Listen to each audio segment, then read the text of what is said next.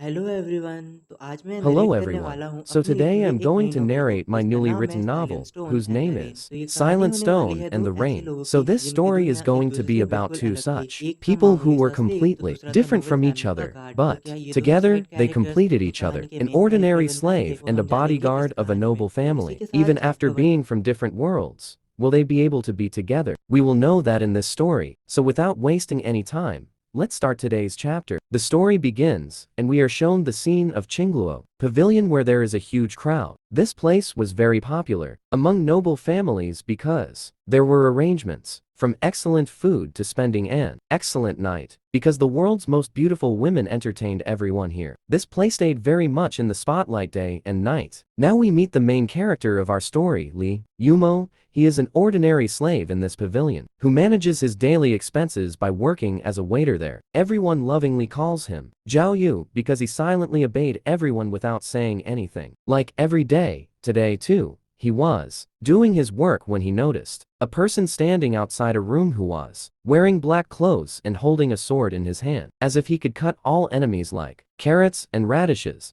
Yumo looks at him, but he doesn't have time for all these things right now. He had to go help the head chef. So he immediately reaches the kitchen, where he is given a lot of work, and he becomes busy in that. Now again we are directly shown the scene of the next day, where this time too, Yumo was working. But then his eyes go toward that same room where once again the same person was standing today. He had been noticing that person for many days. So today, finally, he asks his friend about him, on which his friend tells him that that person is the personal bodyguard of the Shen family's second young master. His master Shen Yulong is right now enjoying inside the room who comes there every day. That's why he keeps the bodyguard outside for his protection. Poor bodyguard stands there from morning till evening without saying anything, without eating anything, without drinking anything. Ending their talk, both of them again get engaged in their own work. From morning till evening, it had become evening. But that man in black clothes was still standing in front of the door. In the evening, Yumo silently passes in front of him, but doesn't say anything, just keeps looking at him with his eyes lowered. Now, the next morning,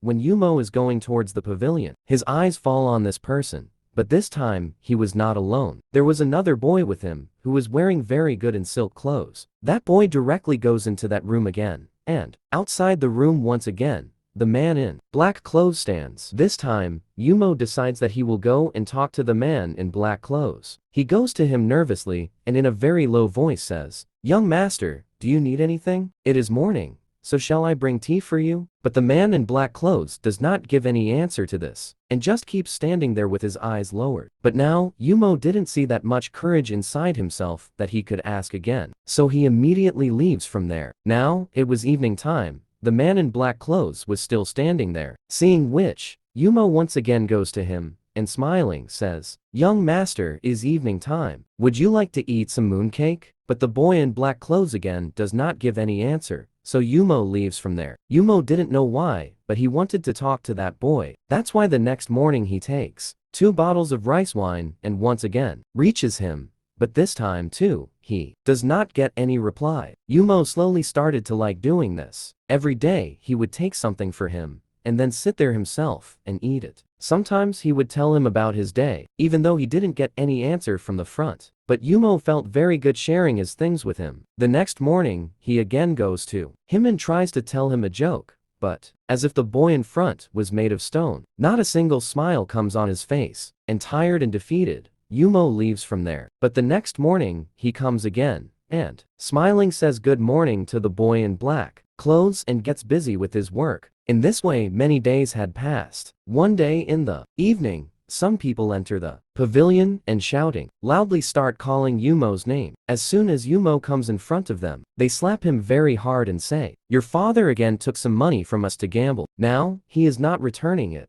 So he told us to come and take money from you. So now quickly tell us where our money is." Yumo just looks at them once. There were tears in his eyes, as if he knew what was happening here. And he says, "I don't have any money right now. Give me some days, I will return all the money to you." They say to him, "Lil Jiao Yu, we don't have time, so go quickly, and somehow bring our money back to us." Yumo begs them and says that right now he has nothing. His father has already sold him to this pavilion. Even after doing your deal, he cannot repay the debt now. Hearing his words, those people get even angrier and start attacking him. But Yumo does not try to defend himself, because he knew he was weak. A very dangerous attack is about to come toward Yumo when suddenly a man comes in between with his sword. It was the same man in black clothes who for the first time had moved away from his place today. He looks very angrily toward those people and says only one thing: just one more step, and here you will be cut into 1,000 pieces. Seeing the anger in his eyes, all those people immediately get scared and run away from there. But Yumo had heard this boy's voice for the first time today, and he was very shocked. After this, the boy in black clothes immediately starts to go from there and goes back to his place. Yumo just stayed sitting quietly. He wasn't understanding anything. He stands up and slowly walking goes toward the boy and first of all thanks him for helping him, and then just leaves from there. Yumo, slowly walking, goes upward and enters a small room on the top floor where a lot of things were kept,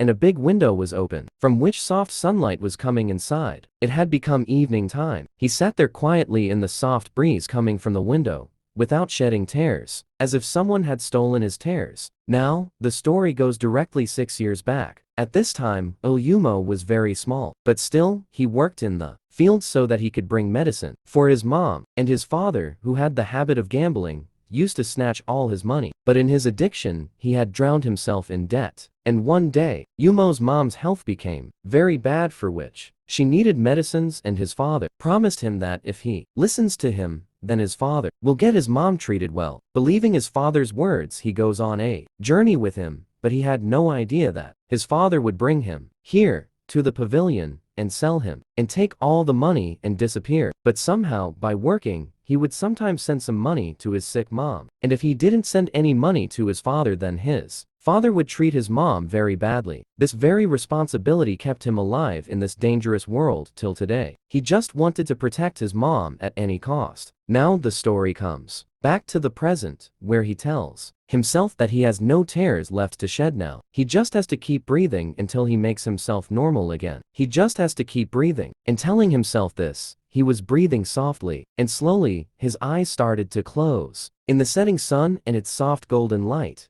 Yumo looked exactly like an angel, and his eyes slowly closed. Now, the next scene directly starts at night, where we see moonlight coming inside the room, and Yumo opens his eyes. He sees an oil lamp burning inside the room, and a lady was soaking some cloths in water. Then Yumo in a soft voice says, "Senior sister Ling Zhao, is that you?" Ling Zhao only says this much, that she has applied some medicines. He should just rest. Saying this, she leaves from there, and Yumo, looking at the stars, falls asleep. Now, the next morning after waking up, Yumo gets ready for his work. But today, when he sees the man in black clothes, he avoids his eyes and goes away, even though the man in black clothes did not say anything.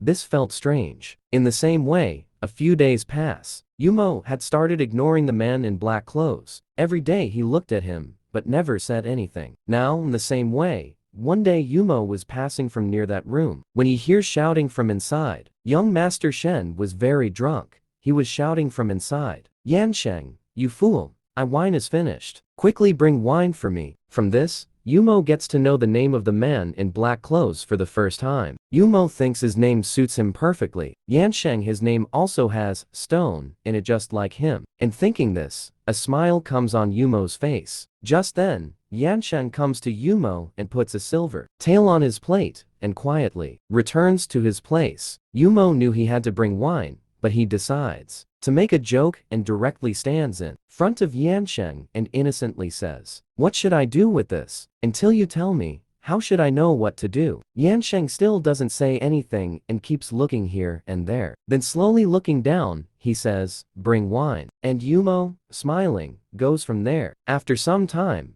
Yumo came back with 2 bottles of wine and was about to go inside when Yansheng takes the bottles from him and himself goes inside. But suddenly a loud shouting sound comes from inside and something breaking. Young Master Shen shouts, "How dare you come inside? Did I tell you to come inside?" And we see Yansheng coming out from inside. There were some injuries on his face. Yumo was shocked seeing all this, but he knew very well how noble family people treat their servants. He goes to Yansheng and says, Jeej, are you okay? But Yansheng does not give him any answer, and quietly stands in his place again. But this time, Yumo was not going to give up so easily. He says, Jeej, you are really evil. For so many days I kept talking to you, kept coming and saying things to you, but you never replied. I even began to think maybe you cannot speak. And you are so bad. You never answered me, and even now, you are not listening to my words. Then Yumo holds his hand and says, come with me for a little while. But Yansheng pulls his hand away and stays silent. From which Yumo got his answer, so he leaves from there without saying anything. And the whole day passes, but Yumo did not come near the room even once. And in this way evening comes, and now, Yumo comes there and gives Yansheng a bottle of medicine and says, apply this, and quietly leaves from there. Now the next morning when he was again doing his work, his eyes fall on Yansheng, coming from the front, who was coming with his second young master Shen. But he was having a little difficulty walking. After that, as always, young master goes inside the room to enjoy, and Yansheng stands in his place to guard. Then Yumo notices the injuries on Yansheng's neck and legs from which blood was coming. This time, he goes to Yansheng, without fear and holding his hands, starts taking him with him. Yansheng tries to pull his hand back and stop, but Yumo was taking him with him. Yansheng asks, what are you doing? In reply, Yumo says, so finally, you said something to me. I am taking you so that I can apply medicine to you. You helped me once before, so I also want to help you. After that, I will not bother you. And Yumo takes Yansheng to that upstairs room and starts taking out some medicine and then says, so Yansheng Jeej, can I call you Jeej? On which Yansheng quietly nods his head. Yes. Then Yumo tells him his name, and says that that day he couldn't thank him properly for helping him. Then he also got angry at him because he never replied to his words. But now that doesn't matter. And Yumo starts applying medicine on Yansheng's face, after which Yansheng removes his outer robe and tries to apply medicine himself. But he was having difficulty in it, so Yumo starts helping him. Then Yansheng says, Yumo, this name is very cute. The meaning of your name is rain, right? On which Yumo says yes, and tells him that he is 19 years old and works here. Yansheng had again become very quiet, on which Yumo says, you don't like me talking too much, you always become silent. On which Yansheng says, I am not used to talking too much. Then we see Yumo suddenly come in front of Yansheng and move forward to apply medicine on the injury on his chest. But suddenly, Yansheng holds his hand and immediately looks away. Yumo says to him, Jeej, only this is left. Let me apply the medicine. After this, I won't stop you or trouble you.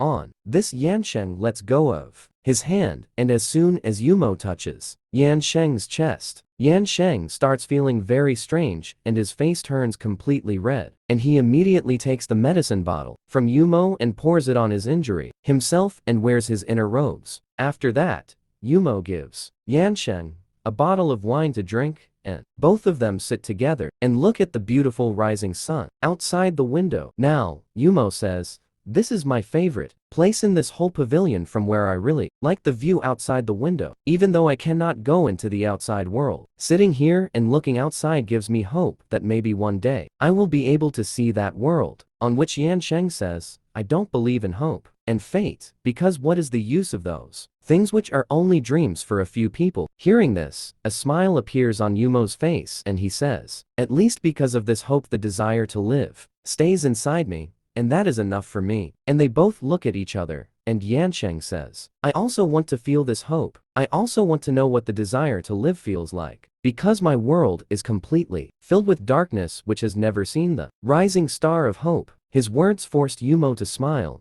and he immediately says, then today, you have seen that star of hope rising. Look at the sun in front of you, and just believe that one day you too will reach it. You just have to wait for that day, and that will be your first ray of hope. And Yansheng just keeps looking forward. Then Yumo, suddenly smiling, says, who said Jeej that you don't like talking? I don't think so at all. According to me, you just never had anyone to talk to till now. Someone with whom you could share your heart. And smiling, they look at each other. Suddenly, they hear a lot of smashing noises, as if someone was creating chaos downstairs. Yansheng immediately runs downstairs, and Yumo was right behind him. Hearing this sound, Yumo quickly starts running downstairs, because he thinks that his father's debtors have come there. After this, we see the scene of the pavilion hall downstairs, where young master Shen was creating chaos. He had caught one of the pavilion ladies, Lin Shu. He was very drunk and said, "You will have to come with me today." And he starts dragging her forcefully with him. In the meantime, Yumo comes running there and falls at young master Shen's feet and starts begging to spare sister Lin Shu. Young master immediately kicks him away, and at that moment his bodyguard and our second main character, Yansheng, arrives. Seeing him,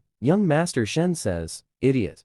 Where were you for so long? How dare you not obey my order? Didn't I tell you that as long as I am inside the room, you must stay outside and stand guard?" On this, Yansheng immediately falls on his knees, and young master Shen tells Yansheng to catch Lady Lin Shu and take her with him. Lady Lin Shu was resisting a lot, and she says, "Young master, I have told you before also that I have no interest in becoming your wife." On this, young master slaps her and says, "How dare a worthless girl like you go against my words? Have you forgotten your status? You are just an ordinary dancer here." But once again, Yumo comes in between and starts begging young master Shen to leave Lingxiu.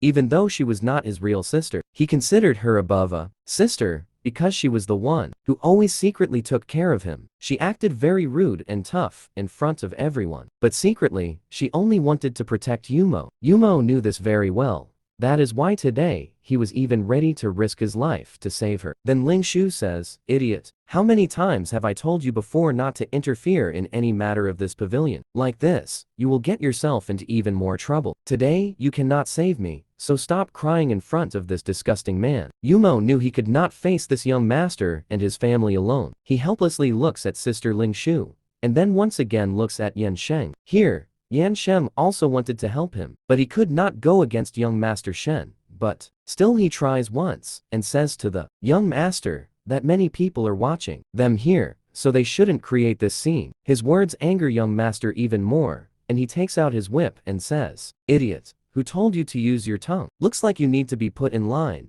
and he directly attacks him with his whip. Here, to save Yansheng, Yumo comes in between and the attack lands directly on him, and he gets badly injured. This made Yansheng very angry, and he goes and directly grabs young master's hand tightly, because of which Lady Ling Shu becomes free and she runs straight to Yumo and starts holding him while crying badly. Before things could get even worse, suddenly, the owner of the pavilion, Mandan Fu, arrives there, and seeing this, she becomes very angry and says, "Young master, don't you think you have crossed the limit today? How dare you come here and create chaos in my pavilion? Does your Shen family think they are the kings here? First you ruined the name of my pavilion and then attacked my people. What punishment should we give you for your mistake?" But young master was still not going to stop. He angrily says, "How dare your worthless pavilion disrespect a young master?" And he angrily looks at all of them. Then, looking at Yansheng, he says, "Today, my dog made the mistake of barking at its master, and you know very well what is done to such uncontrollable slaves." And saying this, he leaves from there. Here, Yansheng knew what was going to happen to him now, but he first goes to Yumo because he had been badly injured by the whip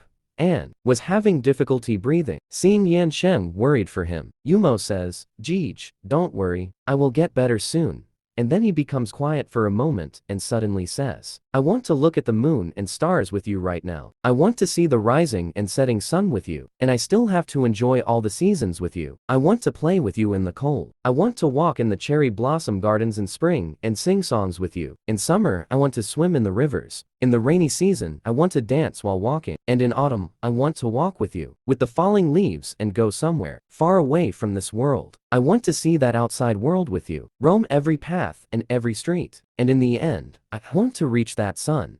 And before finishing his words, he falls unconscious. But Yansheng had understood his words very well. Tears fall from his eyes, and he takes out a small hairpin from his pocket and puts it on Yumo's head. And leaving his hands, he stands up. He knew that if he had to stop the young master, he would have to face all of this alone. And telling Lady Lingshu to take care of Yumo, he goes after them. And here today's chapter ends.